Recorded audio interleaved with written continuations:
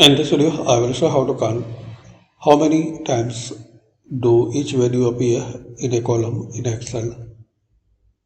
So in this column, we want to find out it.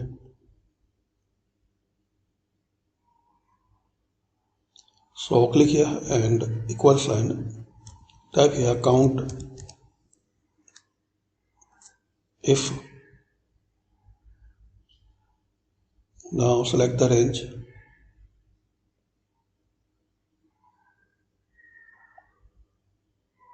Now comma and select the value which you want to count.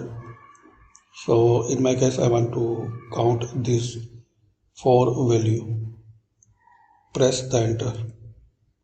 So we can see 2 times 4 value is appear in this list.